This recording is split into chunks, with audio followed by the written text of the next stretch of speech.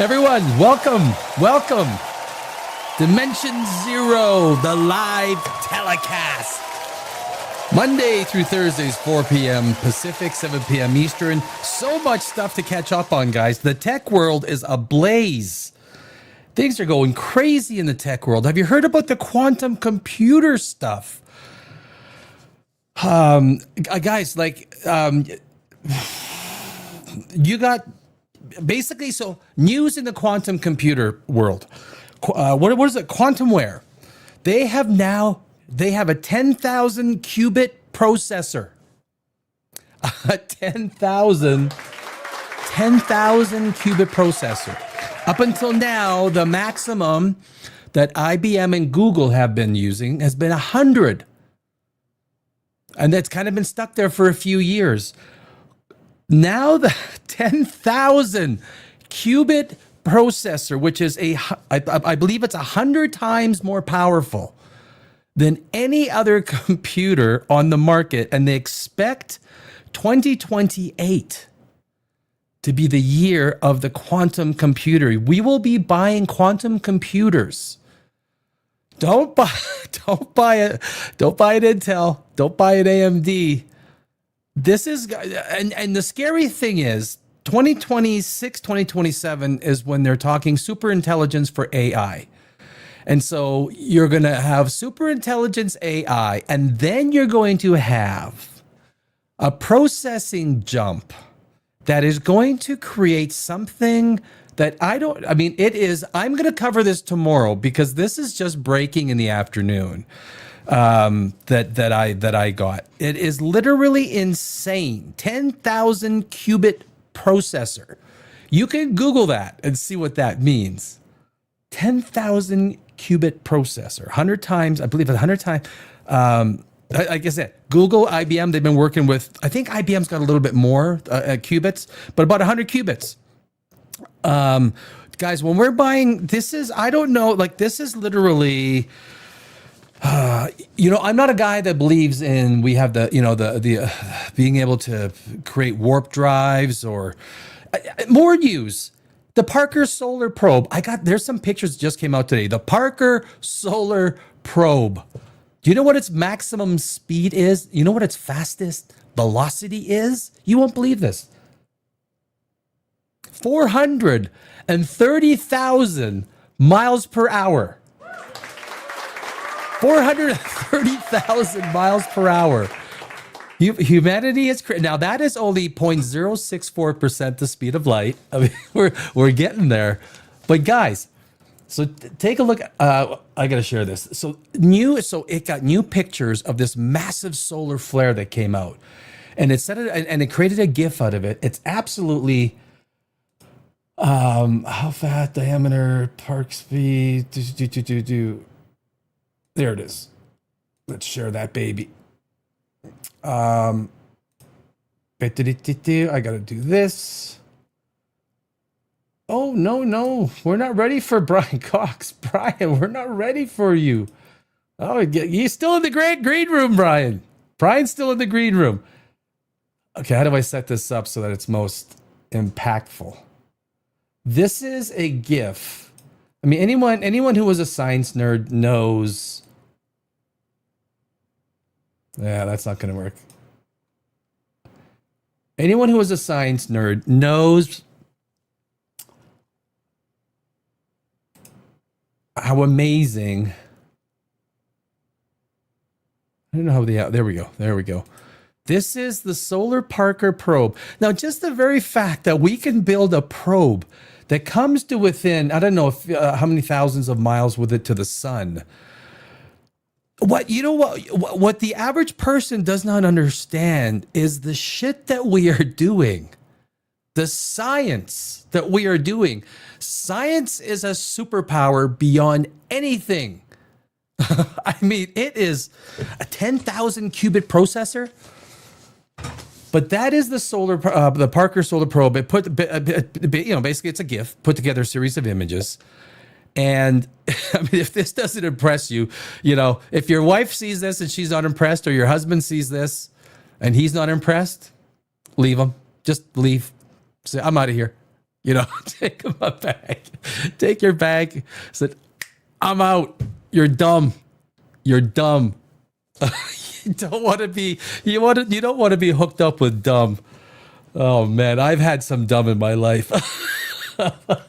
That's not even nice. I hope my exes don't see this. Holy jeez, I'll be in trouble. Yeah, you guys know what I'm talking about, right? I mean, boys and girls, right? We all get like, nothing wrong with dumb, except when it's in your life and you're stuck with it. It's like, holy damn. I just never got married, man. I'm down. I just never got married. But hey, maybe. So this is. I love this. There's so many. I get so many news things every day, and you're like, okay, do I talk about this? Do I like what do you talk about? That is, this stuff is worthy. Like I say, this absolutely amazing. Like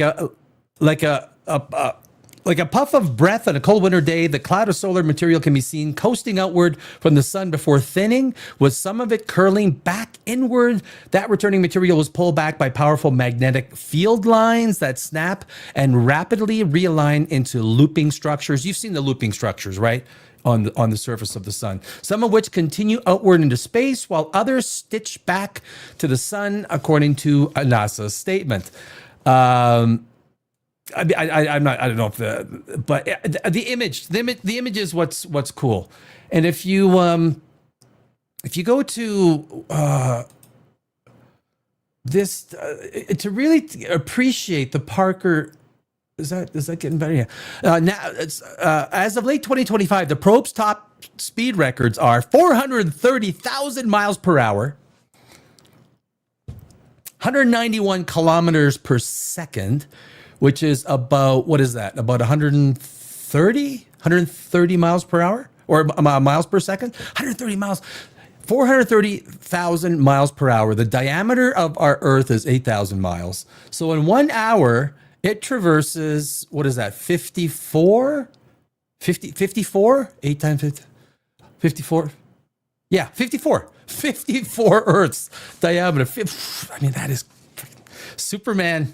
Superman and Supergirl just better hang up their, capes, because the Parker probe is. So there we go. Yeah, 0.64% the speed of light. Now, at that speed, we could get to Jupiter in 2 months.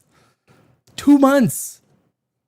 But of course, the only reason it's going that fast is because of the gravity slingshot from the sun. But anyway, that is some awesome super science right there. So give it up. Give it up for Corn Plum. Corn Plum says lies. It's all lies. Maybe corn. Everything, it's all lies. That's cool. So, okay, guys. So here, something I needed to set up. So Brian Cox and aliens. I did part 1 last week, and the show ran longer. So I thought, okay, I'm going to keep this other video. We're going to do it next week.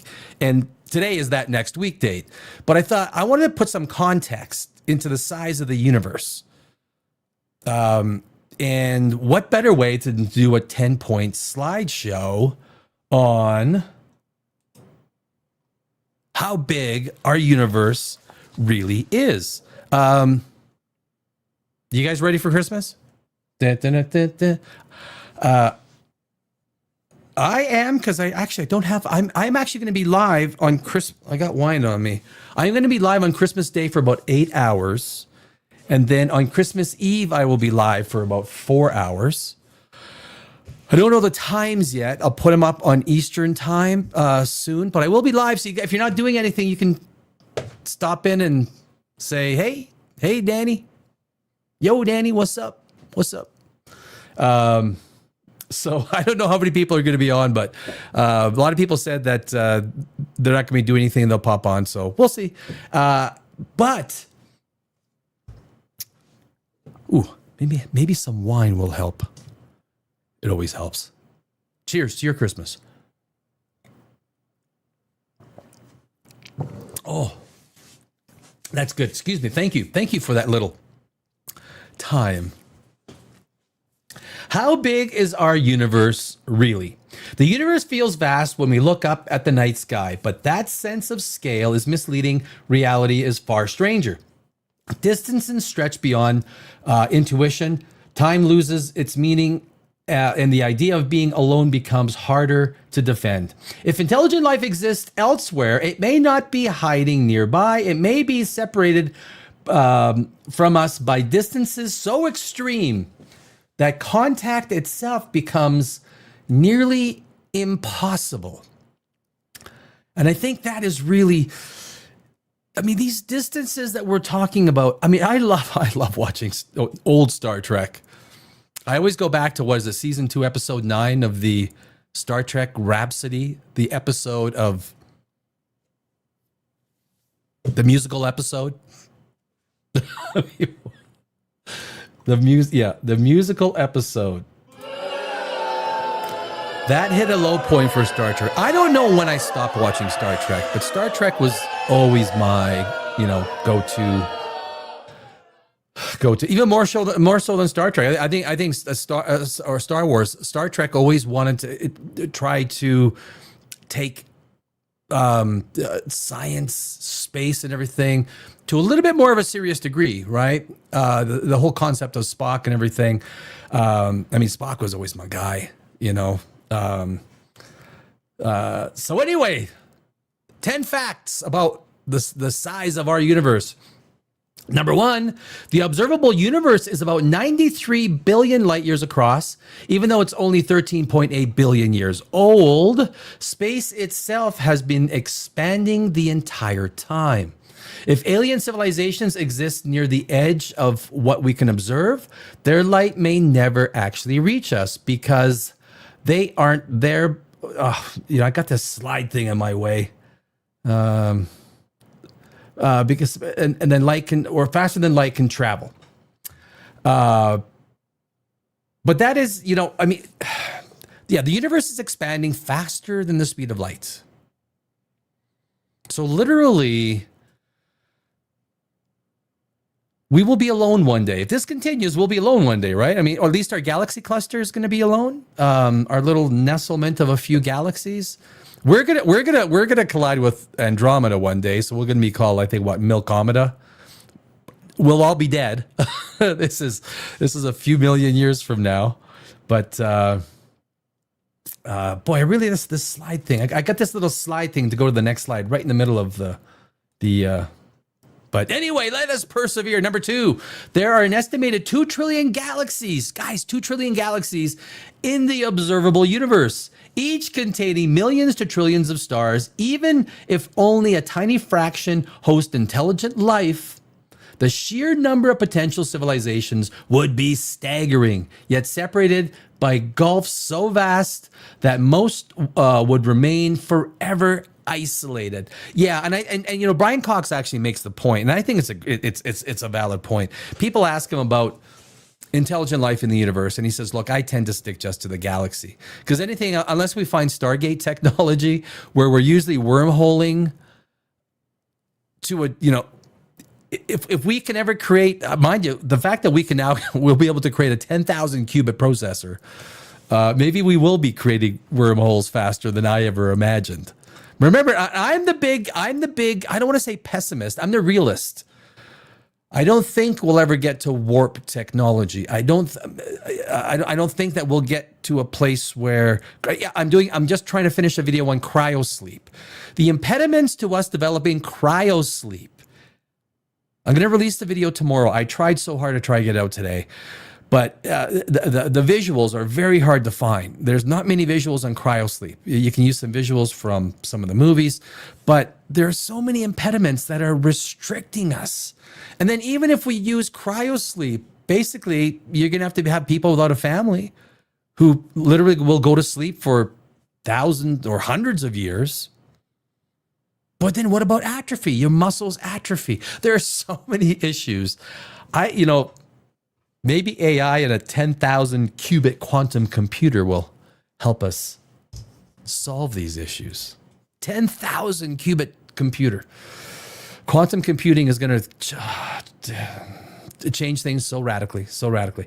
Let us go to number 3. Our Milky Way alone is about 100,000 light years wide, 100,000 to 120,000. I don't think they can get an exact number because of the way the arms spiral and everything. I think it's kind of like a moving number.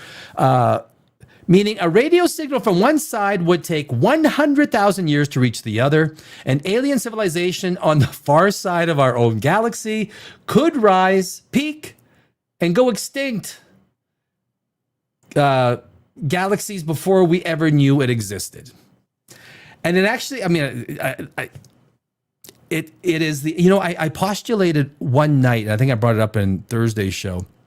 If a universe exists where its law of light is instantaneous. So you know how like in the multiverse you can have all of these different universes that may have different laws of physics, different laws of nature. And perhaps their law is that their maximum speed is instantaneous, that those particles without mass move instantaneously. Now, if you did not have mass and you're going at the speed of light, you would perceive distance instantaneously. You would go from A to B instantaneously as you perceive it. But anything with mass has different rules in our universe, which is, it's not very nice, but it's the way our universe is constructed. Number 4, the nearest galaxy of comparable size, Andromeda. It's a beautiful galaxy, like it really is 2.5 million light years away.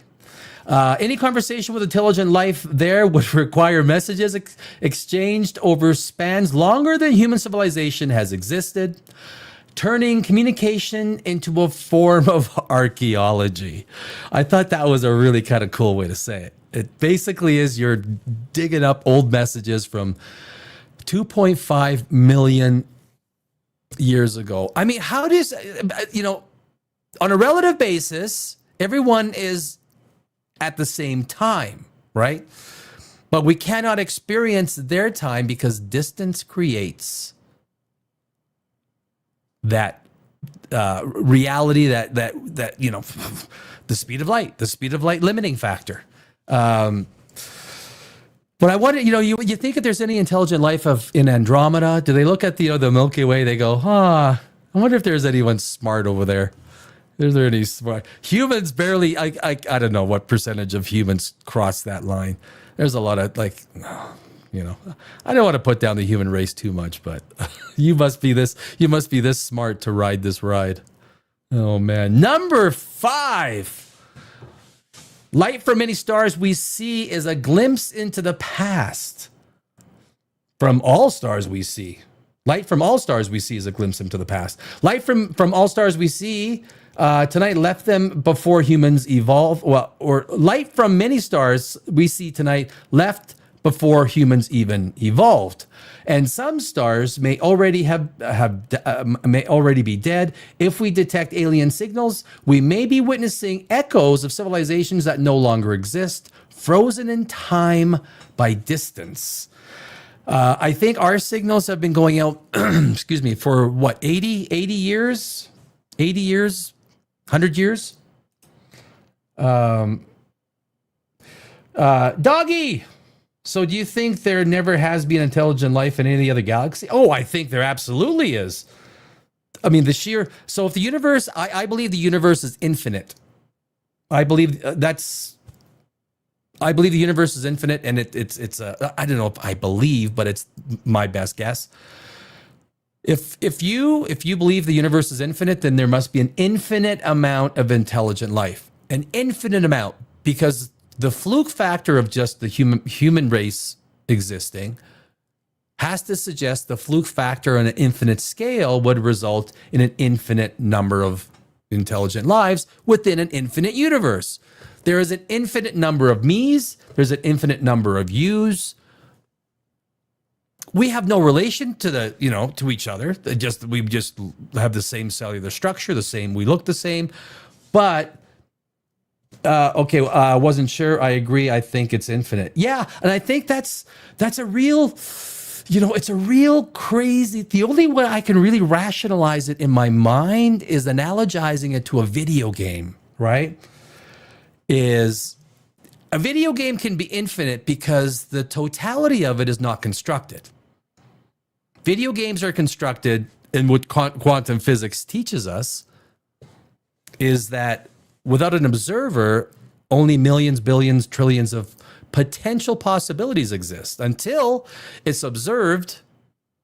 And I was thinking about this the other day, because if you have a box and you're not sure if there's a cat inside, and you're not sure whether the cat is dead or not, observation must, because you could smell a dead cat, right? You could smell something dead. Observation must include smell, because you're not going to get rid of the smell. I got to do a little bit of research on this on the quantum side, because we talk about observation being visually constructed. Follow the science. Yes, my friend. Damn right. Science is the only superpower in this world. Doomsday. You know what could wipe doomsday off the map? Science. Can I get a freaking applause? Yeah. If more of our world took science as being the superpower that it is, maybe we'd be in a better. Most stars that we see are dead stars. I don't know about that. There's only two possibilities. Either the universe is eternal or God is eternal. God is real. I mean, God is a personal. Like we're not gonna prove that here, right? I mean, there's no way that could be proven. Now that's a personal belief, and hey, and I respect that. If we are a simulation, then God is a very highly advanced computer programmer, or whatever our perception of a programmer is. I've done a couple of videos on computer simulation. Even James Gates, the theoretical physicist, astrophysicist, who actually discovered error correcting codes within the fabric of the universe, the fabric of space-time. And these error correcting codes basically work exactly the same as error correcting codes in our computers.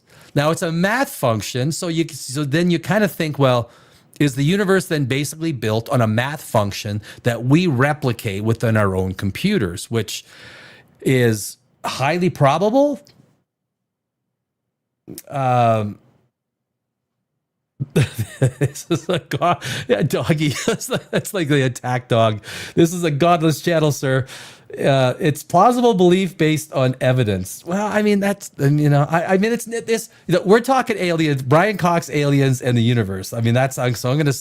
We are now called Dimension Zero, and I didn't want to get into God talk every single day.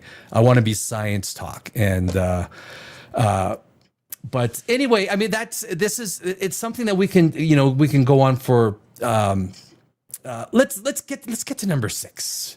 The universe contains vast cosmic voids. As a matter of fact, I did a video, and there is some evidence to suggest that we live in a cosmic void.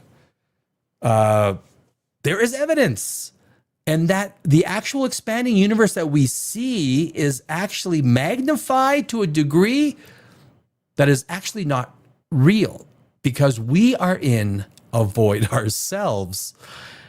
There is evidence for it. There is actual evidence for it. So regions of space with almost no galaxies at all, spanning hundreds of millions of light years.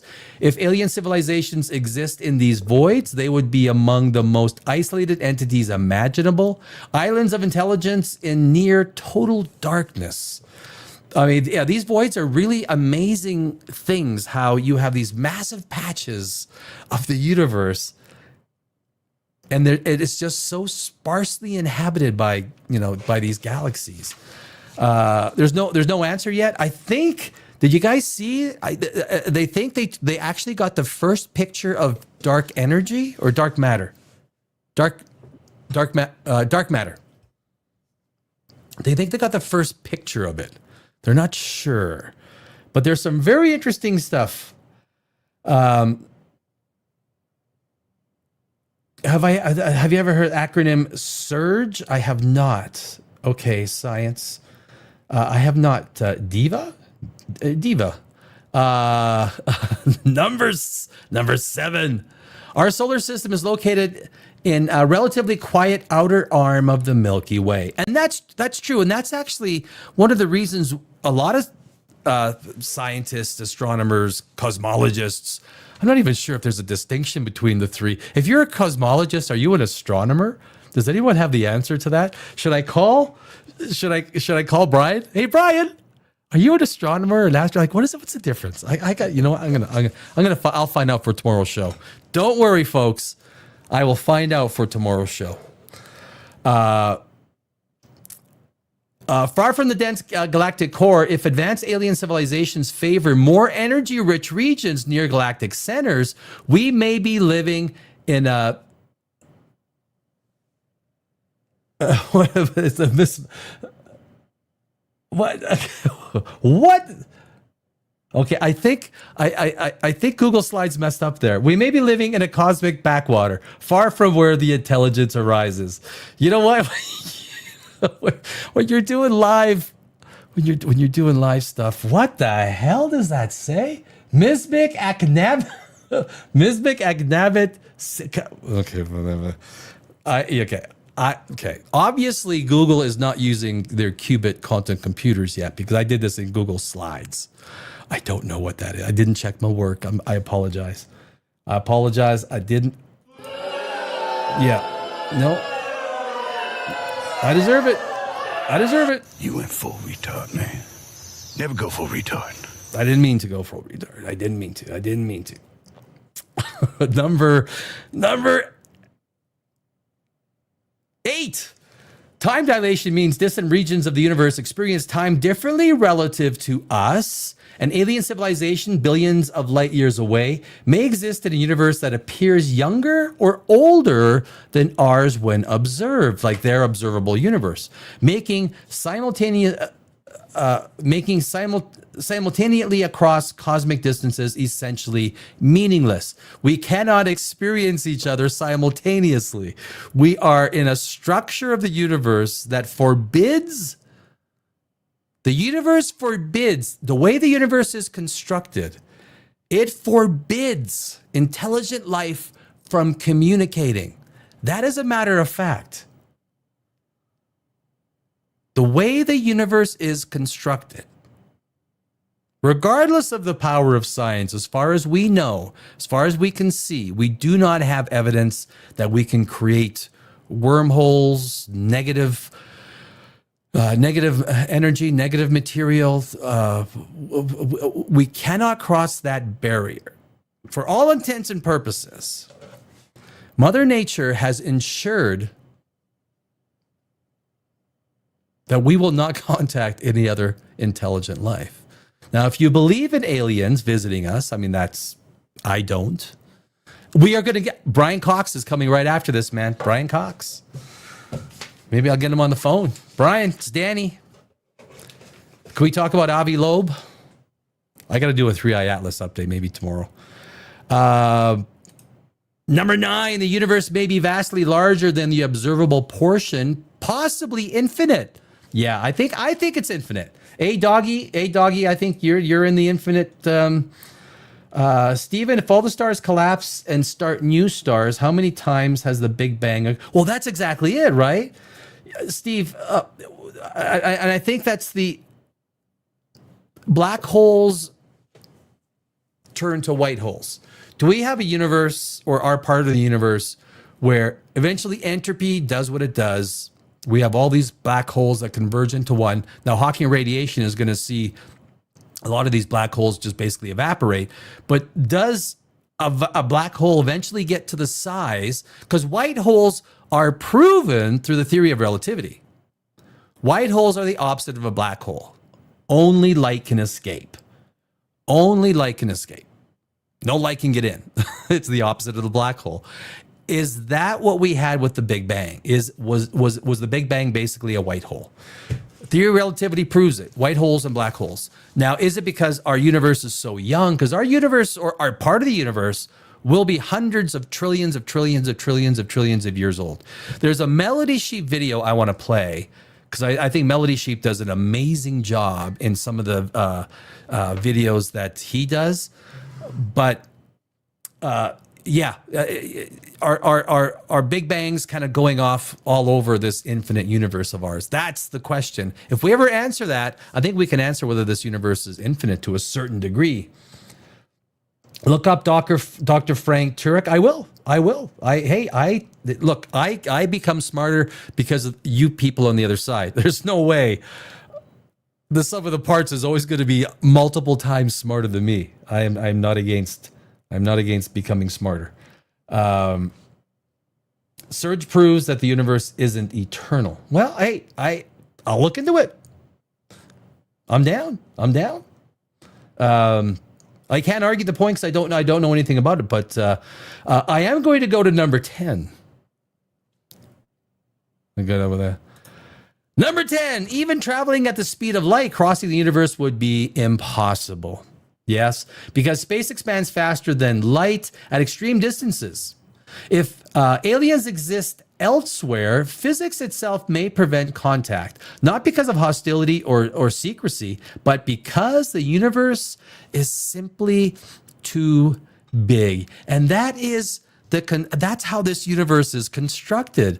I mean, when we take a look at like New Horizons, how many years did it take New Horizons to get to Pluto? 14 years? How long did it take New Horizons to reach Pluto?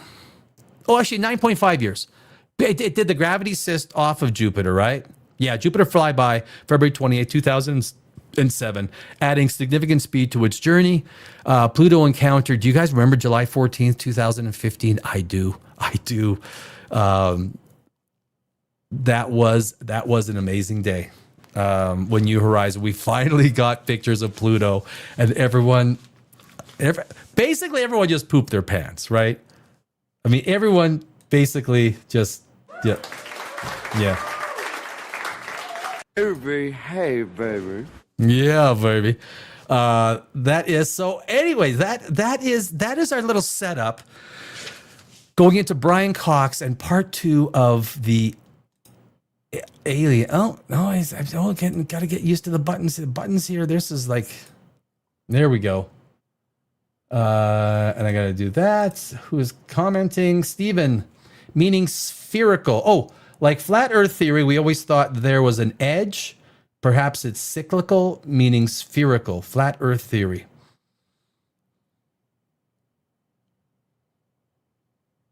What are you saying about flat Earth, Steve? Help me out with the flat Earth theory. I don't know. Not a believer. I think Kim Kardashian came out not believing about, and I know Kim. I mean, I do. I haven't seen her for a few years, but I did know her for a few years. Obviously she knows my name and everything. But when she came out with a flat earther, I was like, oh my God. And then NASA released the 6 pictures, because we do have probes flying around the moon, right? And they could take pictures of the landing sites, and you see all the places where that we think there's an edge. That we think that there's an edge to space. Right. Oh, just saw that an MIT professor was just murdered. Oh man. Came to make sure that we live innocent. Spoiler, wasn't Avi. It wasn't Avi. No one. It's a violent world. Human beings are violent at their core. I make the point all the time. The fact if I went to cryo sleep and for 500 years and I woke up and we were still here, you're like, we made it. We made it for 500 years. There are. I don't. The only. I don't even think I can say it. In Sparta, do you remember Sparta? I mean, 300 was a great movie. 300 was a great movie. But Zack Snyder basically did the graphic novel, Frank Miller's graphic novel. He basically, I've been in Hollywood for 20 years. I'm a screenwriter, movie, and all that kind of stuff. So I know that this stuff really, really well. But basically, he took the entire graphic novel and used every single. So if you read the graphic novel, you'll see every single square, everything is exactly from the movie. Exactly. So basically, he used the graphic novel as a storyboard. Now you still have to create the magic from it, and Gerard Butler kicked ass. But of course, the Spartans had their way of immorally. But the thing is, even as small babies grow up to be very big, right? It's not. But there is a part of the human species that is there. I won't even say it. I won't even say it. If you know, like you must be. But I'll just say this: you must be this smart to ride this ride, right?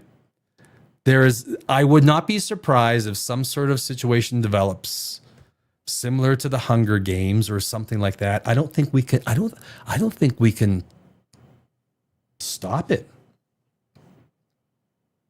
It was an MIT professor for nuclear fusion. Yeah. And it's one of the things that I made a conscious decision on, like the news. I didn't go online this weekend when the Australian thing happened. Rob Reiner. There's other channels that do that stuff, and I really wanted to be at least a little pocket of hope, pocket of where we talk about some of the negative things in human nature, because there are negative things. You look like I look like Chuck Norris's second cousin. True fact. You want to hear a true fact? So I was a kickboxer for about 8 years, and I loved me Chuck Norris, even though he was karate, right? But he was a great karate guy, and he fought too, like real fighting, and I used to wear cowboy boots all the time because Chuck Norris used to always fight in cowboy boots. So I thought, I'll freaking fight in cowboy boots. And we're kind of basically the same size. He's not a big guy, right? He's like 5'9", and basically same size as Joe Rogan and whatnot. But I'll take that as I'll take that as a compliment with the Chuck Norris. I assume in Massachusetts, always go full Chuck. You know what? Chuck Norris can lead a horse to water and make it drink. Damn rights he can. That's yeah. There's the Chuck Norris. Chuck Norris and Superman had a bet. The loser had to wear tights. So I guess Superman's wearing tights. Ah, jeez. Violence is a part of human nature, and I think the only thing, the more intelligent you are, I guess, I think there tends to be less violence.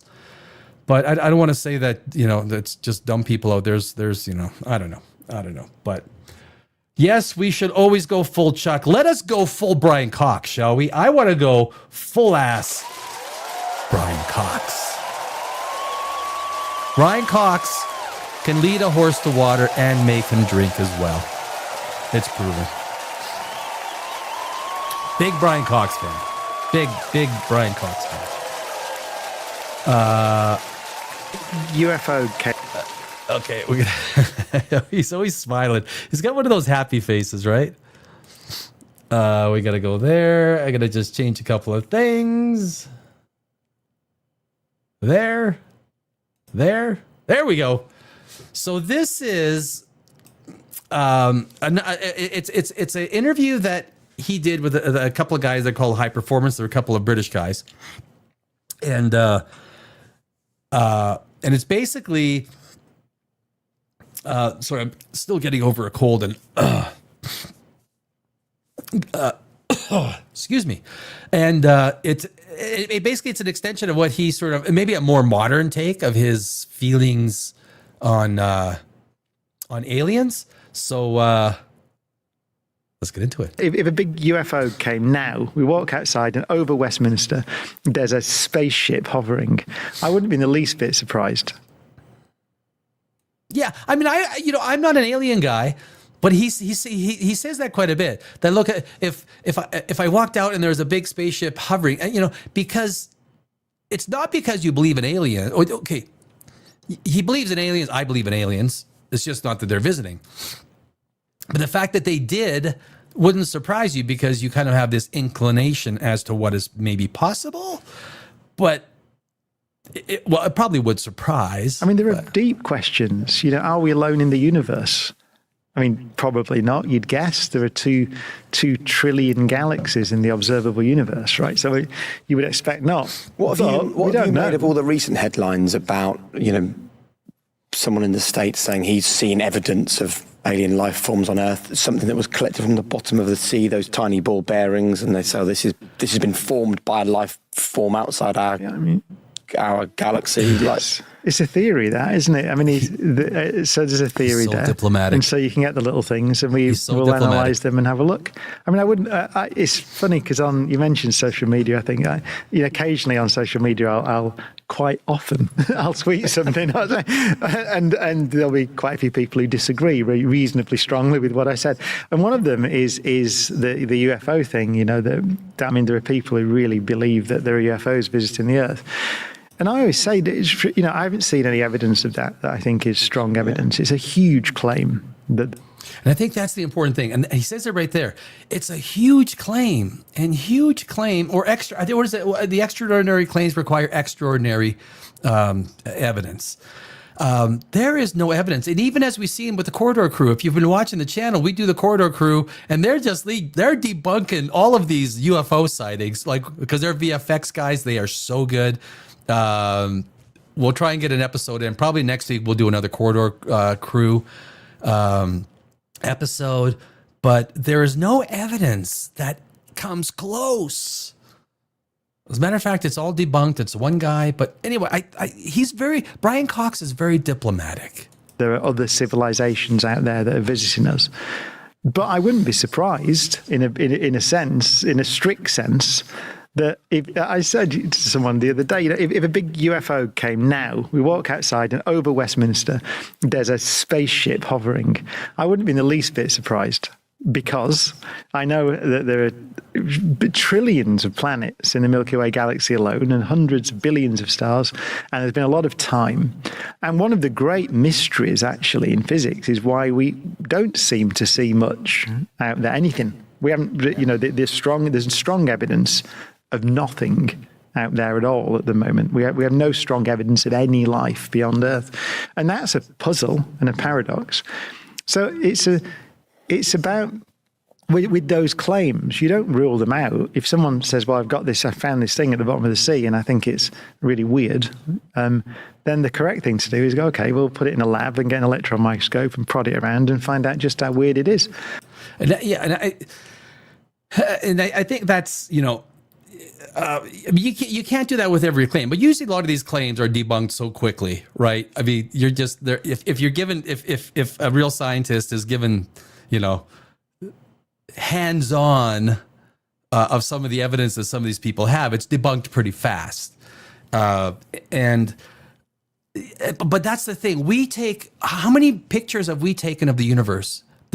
We've probably taken billions of pictures of all the radio telescopes, everything. We're taking pictures with I think the full light spectrum now, right? The full light spectrum. We're taking pictures across the universe. We don't take one picture ever and just see like this little, what's the Martian's name? I got the P-24 explosive space modulator. We don't see any evidence whatsoever. Not even things that make you go, there was that one, what was the star? They said it was a Dyson sphere. Give me a break with the Dyson sphere BS, okay? It's BS. Even Freeman Dyson himself was embarrassed by the term Dyson sphere. But I think Brian Cox is being very diplomatic. He's open to ideas, but essentially it's true. So if you do have evidence of an alien visitor, or you were abducted, did you grab an ashtray? Did you grab a pen? Did you ask them for a pen? Hey, do you mind if I do you have a pair of socks I can take with me? Something. Give us something. Nothing.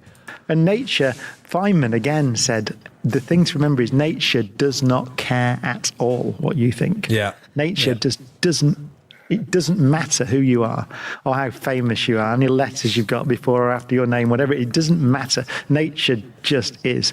So if indeed an alien spacecraft crashed into wherever it was that they found these things 1 billion years ago and left all the fragments there and we've dug them up, then that's interesting.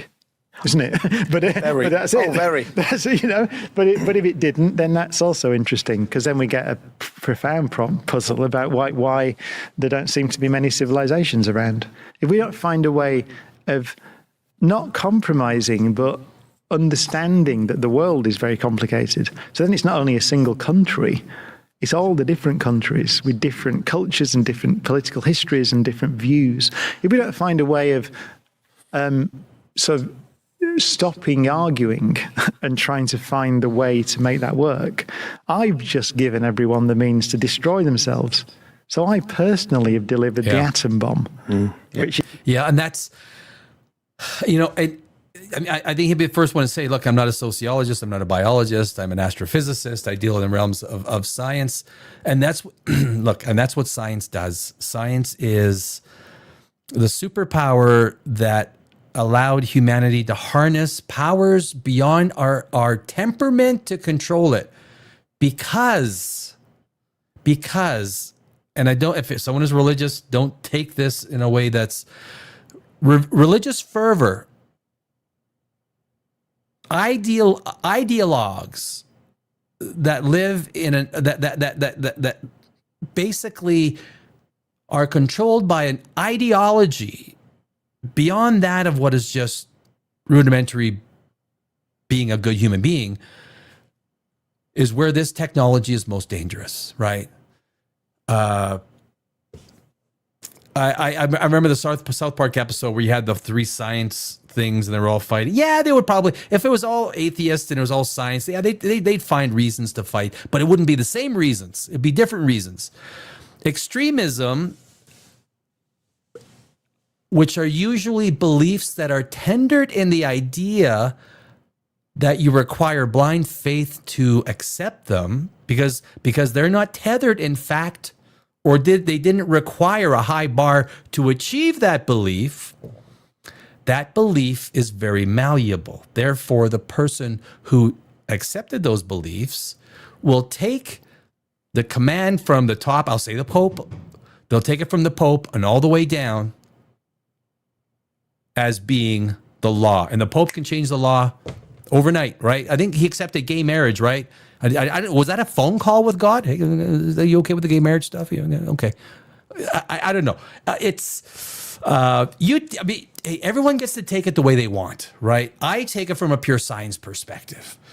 Ideology, extremism that isn't rooted in Carl Sagan's scientific thinking is dangerous. And we have too much of the world that is not in the mindset of scientific thinking. That's the problem.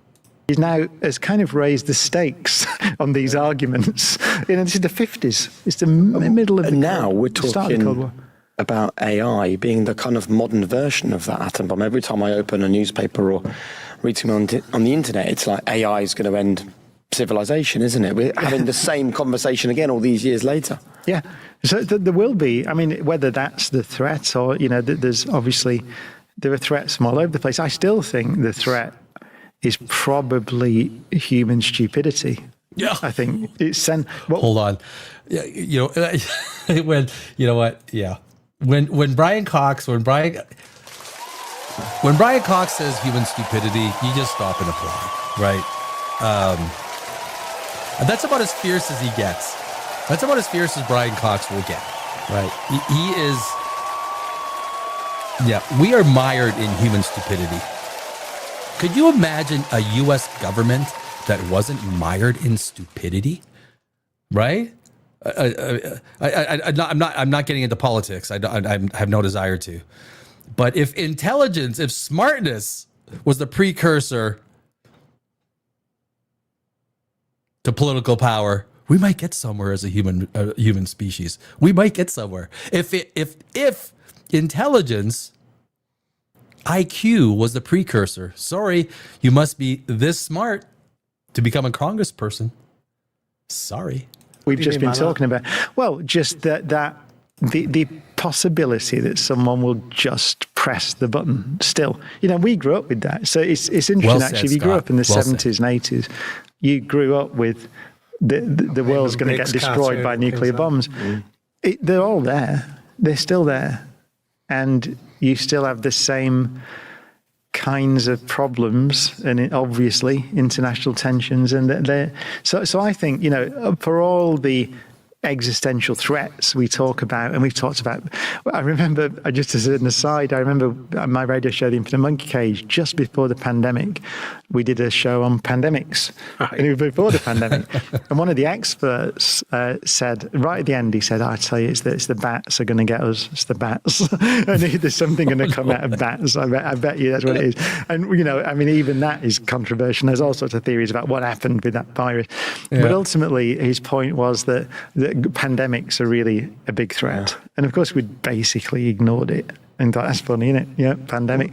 And then about 3 months later, there's a pandemic. But of all those threats, I still think that the big problem at the moment is how to get along as a global society in a world where we have the means to destroy ourselves. So it's not just a fight in a pub. Yeah, just a fight in the pub. It'd be good if it was just a fight in the pub. Because I called my buddy Chuck. Chuck, it's Danny. Yeah, Danny Alex, come on. I think COVID is a really good, I also worked on Wall Street for a lot of years. I was a market maker on NYSE and NASDAQ, as well as an economic analyst. Children, cover your ears. Nothing fucked up this world, this economy, civilization, society more than COVID. I was living in Los Angeles, and when they shut everything down, I was sure that people were going to come out and protest. Not a peep. Not a peep. Nobody came out. I was ready. I was ready to go. I said, give me a reason. I'll be like, and political power is probably the one thing that corrupts, malaligns, human intention for the purpose of policies that aren't directly representative or beneficial to the most of the population. And again, I don't want to get political. I am politically astute, but we're a science channel, fun shits and giggles channel, and but like Brian said, it's not like it's a fight in a pub. We're dealing with culture is the biggest problem. Cultures tend. Why do most people go back through history? Why do most countries go to war with each other? Culture. Yes, you know what? We like culture. I love culture. I love feeding on other people's culture. I think it's freaking amazing, right? But those are the reasons that, It's exchanging good or bad. nuclear It is what it weapons if is, we're not right? careful. Where are you regarding our future? Are you optimistic? Yes. We seem to have avoided we've avoided destroying ourselves so far. So I think, I'm worried about it, because I'm worried that it seems to me that political debate has become extremely polarized in a way that really matters. When Brian Cox is saying that, because he is not, you don't hear him say that kind of stuff very often. But when Brian Cox is saying that kind of stuff, particularly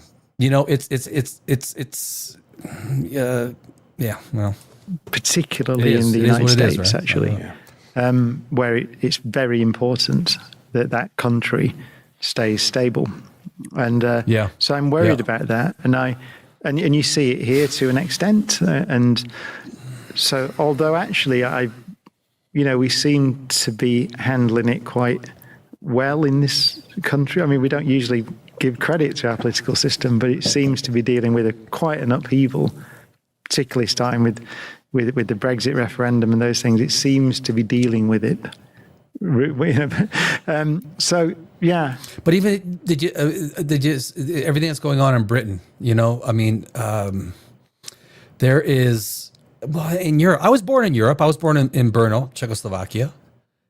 Came to the shores as a refugee on Vancouver when I was 9 months old. Escaped during the Prague Spring. Escaped the Soviet Union invasion, and but what is happening is with the power that science is provided, the power that's science. I'll say it again. Science is the only superpower, and it is a freaking mega superpower. And ideologues around the world, political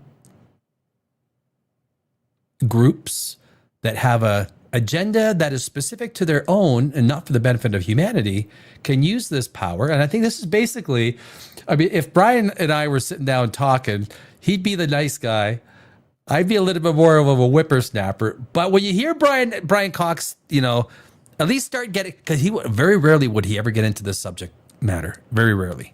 So I'm worried. And one of the reasons I'm worried, actually, I was asked to give a talk at the COP Climate Summit in Glasgow, just by video, 1 minute. And it was a little project. And they said, if you could say anything to the world leaders there, what would you say? And I said, just very simply, that given what I know, and given to a lot of people I've spoken to, it's possible that we're the only civilization in the Milky Way galaxy at the moment. Right? It's worth considering that might be the case. Yeah. And there are reasons we can go into about why that may be the case, but it's possible. So if it's true, imagine it's true, I think that if we're talking about the meaning of it all, as we talked about earlier, what does it mean to be a human in this universe? Well, meaning. What does it mean to be conscious? Have you ever asked yourself that? We take it for granted. What is it? What is the meaning of experience at the human level? What does it mean to be conscious? It's a philosophical question that is rooted in some seriously deep debate.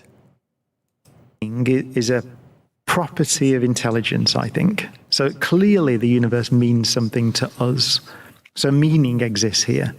But if there's no other intelligence out there in our galaxy and we destroy ourselves, then we might eliminate meaning in a galaxy of 400 billion stars forever. That's what we might do. So consider that, world leaders. You have potentially a galactic size responsibility to maintain meaning in a galaxy. And so that's why it bothers me, because I think that's true. So I think what we do here will have ramifications in that sense, way beyond the shores of our own planet. Because you look at, to me, a lifeless world, a lifeless galaxy, is a meaningless galaxy. I mean, isn't it so true? You basically have we prove that the Milky Way galaxy is meaningful because our very essence of being intelligent, being able to manipulate the world, not just the world, but now we're getting to we're manipulating our solar system. We're seeing our solar system. A galaxy without intelligence is a galaxy that is void of experience at a level that it's also why it makes you think that the nature of the universe must be that, yes, the universe wants life to be rare, but it wants it to experience. Quantum physics, through the double slit experiment, almost proves in a way that life has to exist to experience and observe probability, so that probability collapses into one reality. It's almost a philosophical argument, right? And it's mired in, I know that there's a discussion going on between, science is the only place where the scientific method of discovery, facts, the only thing that religion will give us going forward are more scrolls from more caves, written by people from 2,000 years ago. I'll just say that because I know there's a discussion going on in the chat. Science, there is no equivalence to blind faith in that of science. I would love to see if I could be, I would make you have to be the president. You have to have some sort of discipline in science. I don't know. Where humanity is going doesn't feel like it's in a good place, especially in the last couple of weeks.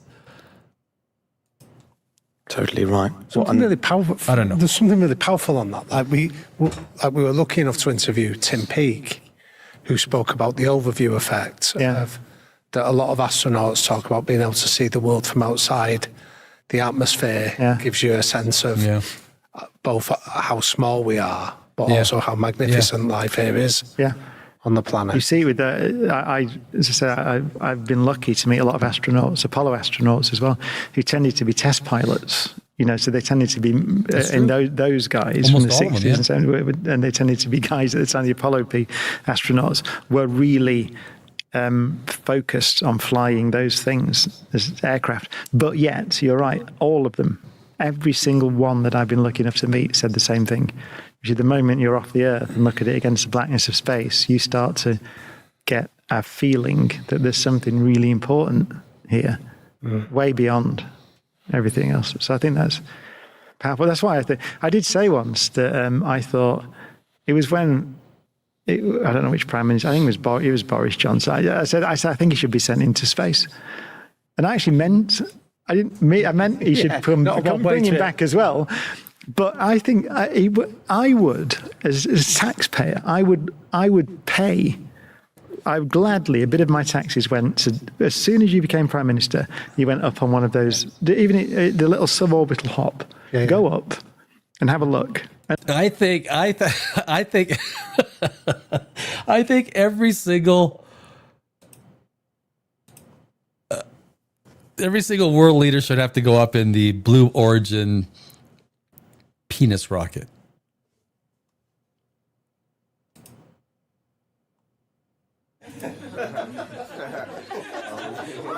Right?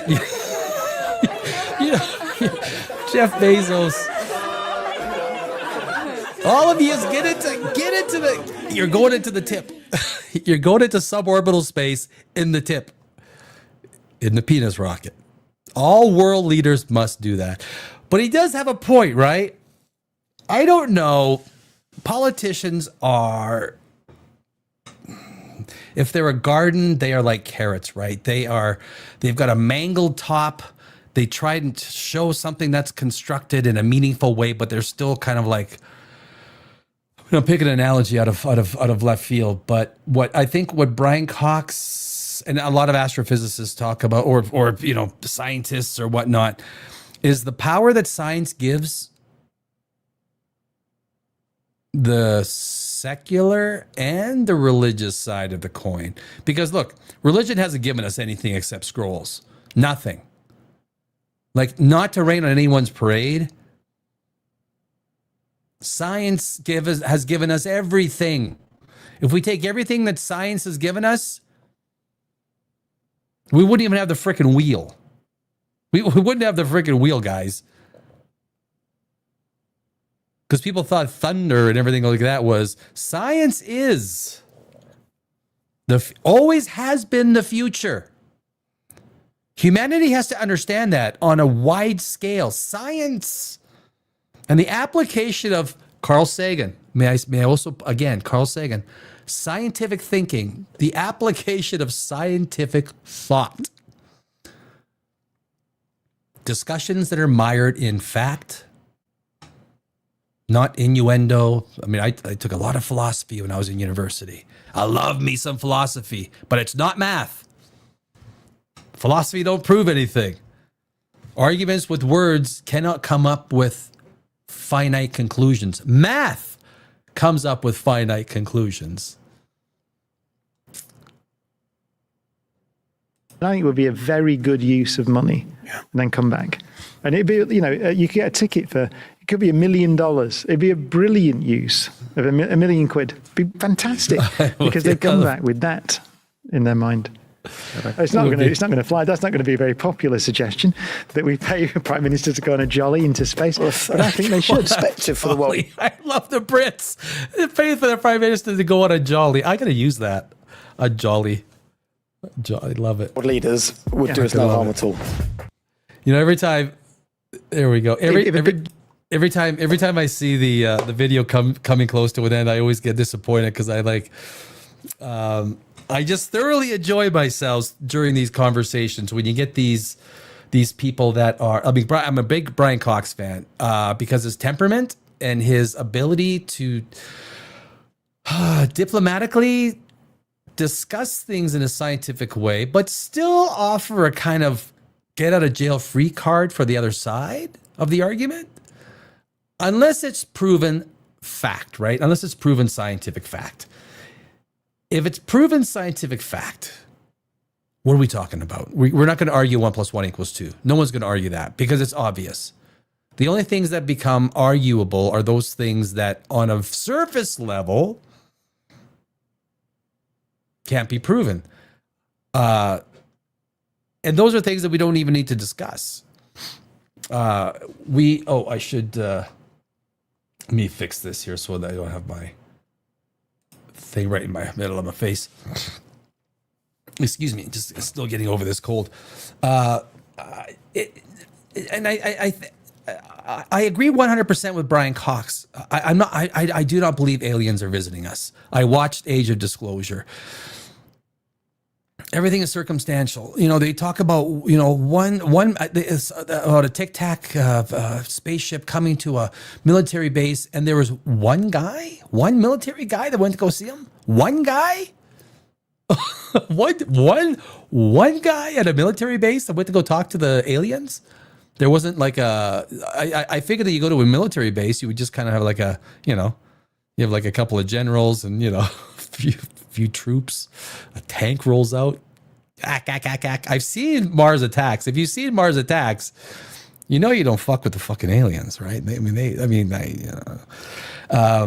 would be it would be like believing in heaven. Who doesn't want to believe in heaven, right? Who doesn't want to believe in heaven? I want to believe in heaven. How could that be a bad thing, right? It's like if you don't want to believe in hell because hell sounds like a bad place, although it sounds like they have some good barbecues. There is a vibrant. I don't know where to start this. Noon says you can have faith in something provable. You can have faith in it, but something that is provable, you have if it's provable, then you have a belief in it, right? My belief system is based on those things that are provable. Not on those things that are I believe in 1 + 1 = 2 because I can, 0 times 1 is 0. Anything, I think these things are provable. No, you don't understand. Something is provable, not faith in it. Scott Matthews, you're arguing semantics, not definitions or understandings. I think I'm probably a lot more, no point in talking about it. Okay, I will say this. You don't understand the word faith. Well, faith is the, I mean, okay, well, I guess if we're I don't want if you want to go like the true definition of faith: complete trust or confidence in someone or something. Strong belief in the doctrines of a religion based on spiritual conviction rather than proof. And I think that is what most people will sort of, science does not abide by faith. Theory in science might abide by some faith, right? Theory is to some degree, faith-based, because we can't prove it, but a theory is premised upon ideas, speculative ideas that have some resonance in truth. Therefore, they are somewhat mired in faith, somewhat. But science will not accept faith. Science will never accept faith.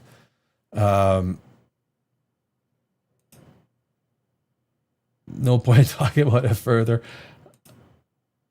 I have faith Scott will Google the definition of faith one day. There's dude. I just Googled it. I forgot you can block. Nice. Materialism cannot be proven. That's a fact. Materialism. Well, materialism can easily be proven. I mean, that's usually most women are materialisms, right? Nothing against the female species, but they like freaking shopping. Somehow they'll have $500 in their account and they'll figure out a way how to spend 700. I don't know how they do it. I don't know. 3 little bits. I like the idea that on the quantum level, science and religion are coming closer together in exciting ways. Now, that is true. I will not, in a way, to suggest that the theology and science, I almost said Scientology, oh, right, is coming together. There are aspects to theoretical science, theoretical physics that are rooted in some of the theology that we talk about, but the idea of a personal God is ridiculous in a galaxy or in a universe of 2 trillion galaxies. The idea of a personal God is silly, right? It's silly. Science allows for the unknown, what is at its best. So does science or religion. Religion. I mean, right. So, I mean, I think the science and religion argument is science. The two are very different disciplines. I mean, one is that does not apply. Religion does not apply the same standard that religion does, and look, it's blind faith. If you believe in it, I offer you every affordability. Keep your religion, take it, own it. It really has not much to do. Look, scientists that do the work of science, none of them insert religion into what they do, right? So it is very, very. I go back to Neil deGrasse Tyson. You guys see that Neil deGrasse Tyson thing is from about 15 years ago, and he's on stage. And I think it's 96. He goes, look, 96% of scientists do not believe in God or a God. And then it was like, that's not the surprising. The surprising thing is the 4% that do. And if you're a science person, it is surprising that, but not unbelievable that people still want to, grasp, want to be holding on to their religion. That's fine. But as we see with aliens is not a religion. Aliens and the Fermi paradox, the size of our universe, everything that we are confronted. Like I say, the universe does not want us. If there's a lot of if the universe has, let's say there's 5 intelligent species, and on a random basis, like if you went to a computer simulation and you put in there, pick 5 places in the Milky Way galaxy, the separation would be astronomical, right? It would be astronomical, the distance between civilizations. And it would be such a monstrous leap. Like at minimum, there would be 10,000 light years between us. 10,000 light years. We can't even fathom. If we get to the speed of the Parker probe at 0.064% the speed of light, we get to Jupiter in 2 months. 2.5 months, 3 months, depending on the orbital alignment, right? It depends on that. Best case scenario, we get there in 2.5 months. So, I watched Age of Discovery. There was nothing there. I'm a person that is compelled by evidence. Give me the evidence, not just the yak. My friend's wife's brother's sister's nephews was picked up by an alien. Oh, fuck, I'm convinced. That's it. I'm convinced. That's all I needed to hear. I believe in aliens. But if someone does believe in aliens, fine. I mean, you take that, and we're going to do another Corridor Crew episode. Those guys that they do the they debunk all these alien sightings. Can you say where are we? I'm not gonna say that, Lil. Basically, it all is and all isn't at the same time. Can you say happy birthday to my boy Adam? Oh, Redfire. Can you say happy birthday to my boy Adam? It's his birthday tomorrow. He loves Daniel Larson and science. Happy birthday, my friend, to Redfire's son. Man, that is close to Christmas. Make sure nobody combines Christmas and birthday presents. Like my birthday is like November 7th. So it's far off that there's no combination, right? Happy birthday. I love a little science dude. I love my little science dudes. I wish I had a son or a daughter. I would guarantee you like they would be like science nerds because their dad is like, because their dad would, yeah. Redfire, hey, there's nothing better than being a father or a mother. Something that I am not. But I salute you, and I wish your boy has also a super awesome Christmas or Hanukkah, whichever one, I don't know, whichever one that you're supposed to be. Experiencing an alien is like a Gnostic experience. Well, I don't know what experience. People, I mean, aliens. I'm not a believer. But I afford everyone the ability. Direct knowing doesn't work well with the hypothesis of science. Direct knowing doesn't work well with the hypothesis of science. Help me out, Lil. What do you?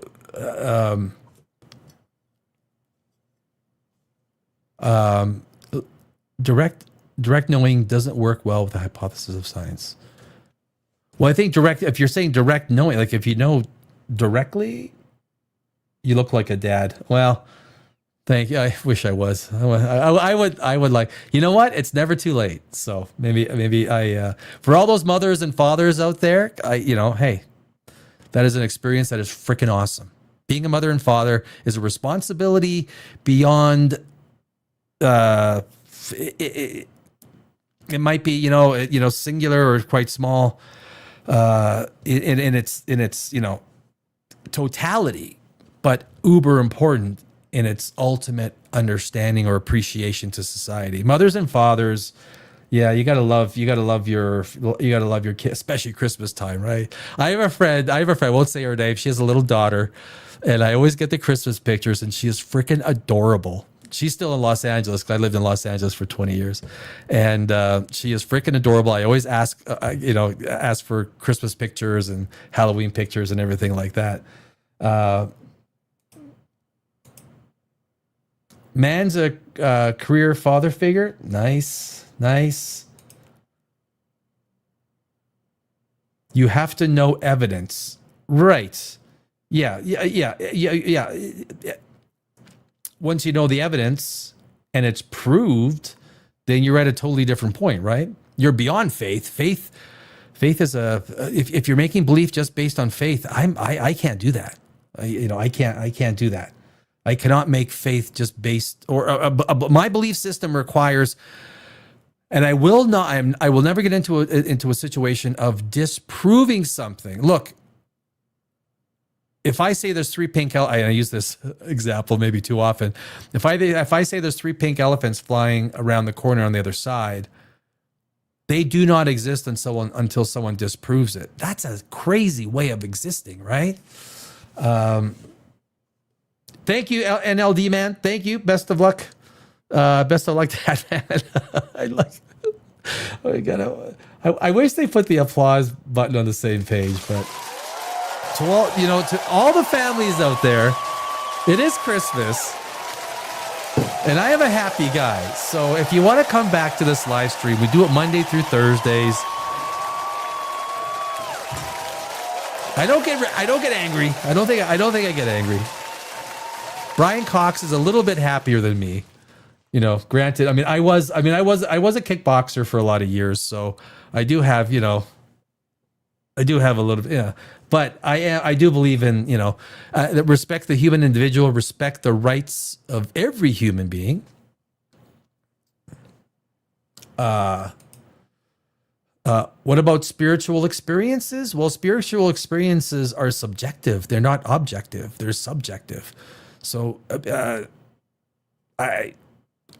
you can tell me about your spiritual experiences all day long. I mean, okay, that's cool. That's cool. I knew friends that used to take a lot of drugs, and they would tell me about their spiritual experiences. Well, there's no way to temper spiritual experiences. Need to stay with the individual, right? They are to you what they are. Don't try and project those experiences onto someone else and convince someone else of your spiritualism, because that is on you. Like one of the stories I tell is like one of my girlfriends was terrified of ghosts. Terrified. She would not go downstairs to the freezer to get where we had it in the back, because a ghost was going to attack her. She was scared of the ghost. So I went downstairs to get, so I asked her, like, why are you not scared for me? Like, why are you not scared that the ghost is going to attack me? Is like, it's specifically got like this thing on you. And she said, well, you don't believe in ghosts, so it won't attack you. I said, wait a sec. You're telling me that ghosts have training? So you die, you become a spirit, you go to ghost school. Look, you pick your colleague at ghost school. You go, like, I want to go haunt people. Okay, well, that's that line over there. Go stand over there. And then look, and you're told you cannot attack people. Like, why? What are we talking about? What are you talking about? But it is perfectly natural to be scared of the dark. We as human beings have been conditioned to be scared of the dark. This is part of evolution. The dark kills us. Things in the dark kill us. That's why we're always scared of little bugs. If you see those little, on YouTube, you see a dog that's dressed up as like a spider, and there's a dog sleeping and it walks up. Dogs are scared of spiders. They innately know those things that can hurt them, given centuries, millennia of evolution. To families, yes, that's true. Anecdotal. 6'7" says Scarface. Scott says, I'm scared of black holes. Yes. Well, there are 3 black holes that are close to us, right? The Gaia black holes. There are 3 black holes. I did a video on it. The 3 black holes that are about 1,000 light years away. That's not that far. These are black holes.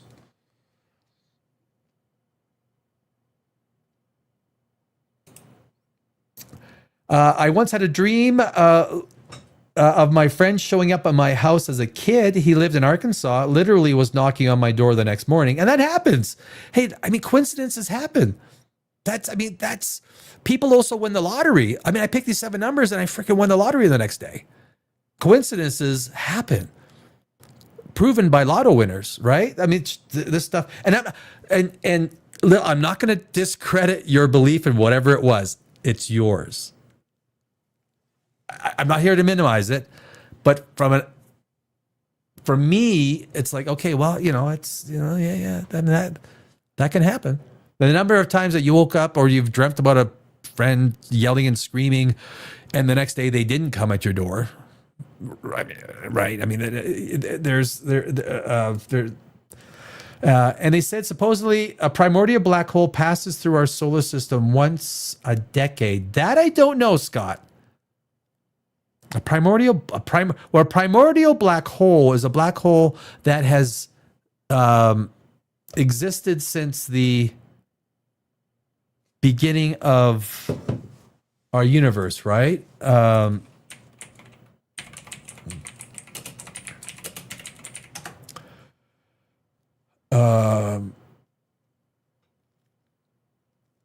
Hypothetical black holes theorized to have formed in the extremely dense and chaotic environment of the early universe, just fractions of a second after the Big Bang. Yeah, so they are the primordial, I think that they have proven, or they're comfortable with saying that they believe that primordial black holes are a matter of fact.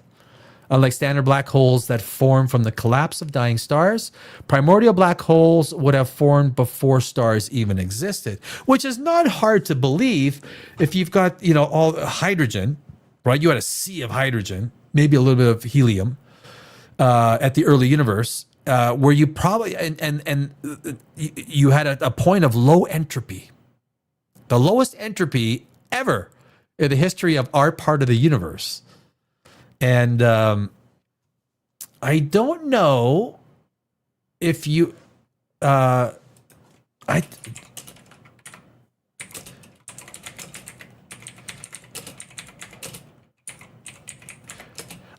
don't think they would come through our solar system, just because when you have something with that kind of gravity, it would absolutely destroy the orbital harmony of our solar system. Right? It would not take much, especially a black hole, a primordial black hole.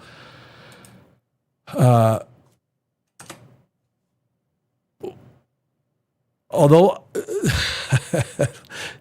hey, Danny, shut up. Yes, research suggests I'm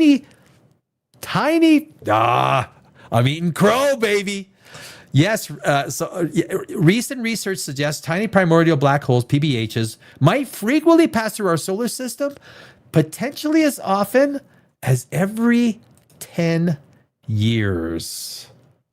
I wish I had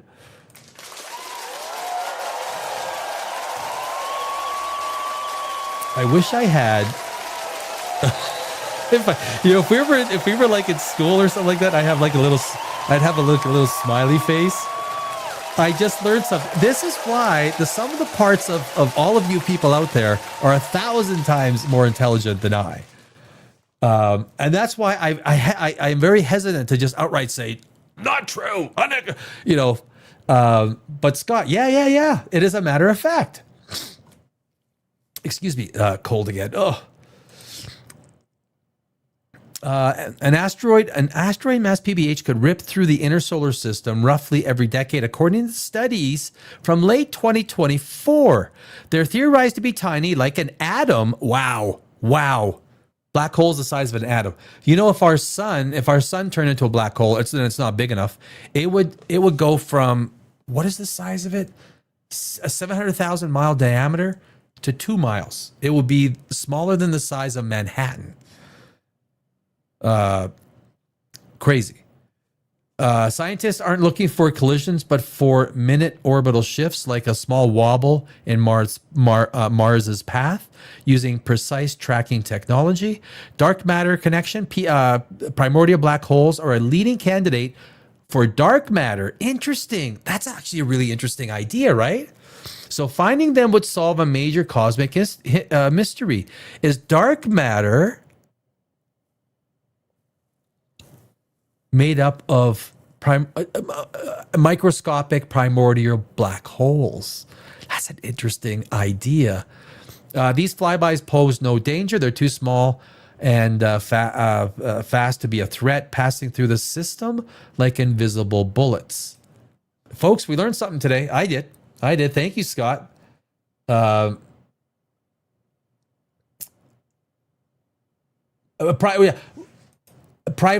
Scott, microscopic primordial black holes.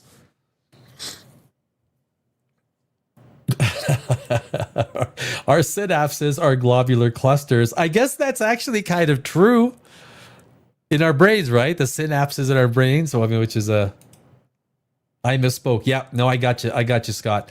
Black holes are just super compressed matter.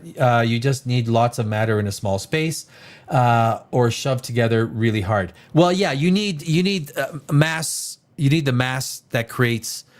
Basically, I mean, like you know what I'm really fascinated by? Freaking magnetars. I don't know why people aren't as absolutely. Magnetars are freaking insane. I mean, neutron stars is matter just before it goes to a black hole, right? It is nothing but a mound of neutron, right? Neutrons. But magnetars, like, you talk about superpower. They have gravity that is this far from being a black hole. Plus, you got the magnetic field and this thing that is spinning around. I don't know how many thousands of times per second. I don't know why people aren't more fascinated by magnetars. I did a video on magnetars, and people were like, "Me, maybe I got to do another one." That was a long time ago. Yeah. But you need mass or energy, right? Mass and energy are interchangeable. E equals mc squares proves it. I mean, that is the proof. Energy and mass. Energy, enough energy. But yeah, basically our perception of a black hole is the density of mass that accumulates, collapses upon itself. Now, I think our sun needs to be almost twice the size to have a chance of being a black hole. It's going to be a white dwarf for sure, right? It's going to expand maybe to Earth as a red giant, and then it's going to ultimately just puff out its layers and become a white dwarf for, I don't know what, 10, 20 trillion years before it loses all energy. Scale 1 to 10, how's... Cloudy, that is freaking unacceptable. Black holes are so... Oh, yeah, okay. This is Cloudy 4. Oh, someone's being naughty in chat. Not too bad. What about the scientists that showed different words music affected crystal structures of frozen water? I've heard of that stuff. I would have to just go in there and take a closer look at it. I'm not a crystal guy. Not a crystal guy. Look, matter. The whole idea of vibration. I was looking at an argument between matter, quantum fields, and the idea that matter doesn't exist. It's actually just a vibration of space. Yada yada. It becomes quite theoretical. But I haven't heard about that specifically, Lil. I haven't heard about that specifically. Nothing to say. Nothing to say now, Chris Broad. No, Chris Broad is. That's cute to say it all. Where's the evidence for it besides some random putting it in the article? What are we going here? Okay, Scott, could you? What do we? We got a fight. We got a fight going on here in the chat. Again, excuse my cold.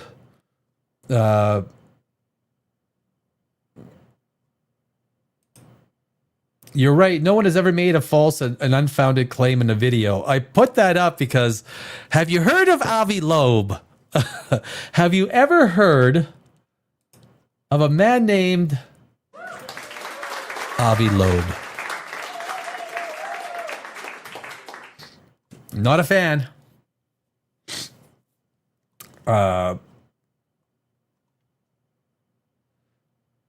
Where did don't be a child? I admit you are wrong, and there is no evidence of any black hole ever entering the solar system of every size. Well, I think I just went through that there actually is, or that there's a yes, recent research suggests tiny. Yeah, so I don't know if it's proven or if it's theoretical, but it sounds like that they have done the research and that there's plenty of evidence to suggest that there is. I'm going to look into that deeper, but for most part, it does look like microscopic black holes the size of atoms are primordial microscopic black holes. Frequent our solar system. That's pretty amazing. All right, no more name calling, people. We all must be friends here. We all must be friends. No more, we all have different ideas, different opinions. And that's cool. That's cool. What is, what is consciousness? That goes a long way past far. That's a question that everyone wants an answer to. Everybody wants that answer. There are as many black holes entering the solar system as there are aliens kidnapping rednecks. Whoa, Chris! This is a family network. Look, I love fierce debate. Fierce debate is the essence of the human species. It is probably one of the only reasons that we've gotten to where we are, because we have engaged in fierce debate. Talk to the government and tell them to back off and allow fierce debate to happen. It is just what happens with words. Words come out and they happen. It's not communication, and the discussion of science topics, religion, philosophy, history is not a perfect exercise between human beings. We are not perfect entities that can say exactly what we mean exactly when we want to say it. We very often think of those things 10 minutes later, right? Oh, I wish I would have said that. The very fact that we can discuss things is the very idea that separates us beyond any other species on the planet. So, but I think we got to leave it there, my friends, because I got a video. I wanted to release it today on the cryo sleep stuff. So don't be sorry, Scott. Like I say, a good heated debate. I thoroughly enjoy everybody. Lil, Chris, everybody. Noom, Brian Cox. Thank you, Brian Cox, for doing what you do. And tomorrow we are back Monday through Thursdays, 7 o'clock Eastern time, 4 o'clock Pacific, 5 Mountain, 6 Central, just to be thorough. And we will see you tomorrow night. I don't know what we're doing, but I think on Thursday I got to do this quantum computers, 10,000 qubits, guys. Crazy. I thank you, and I will see you mañana, my friends.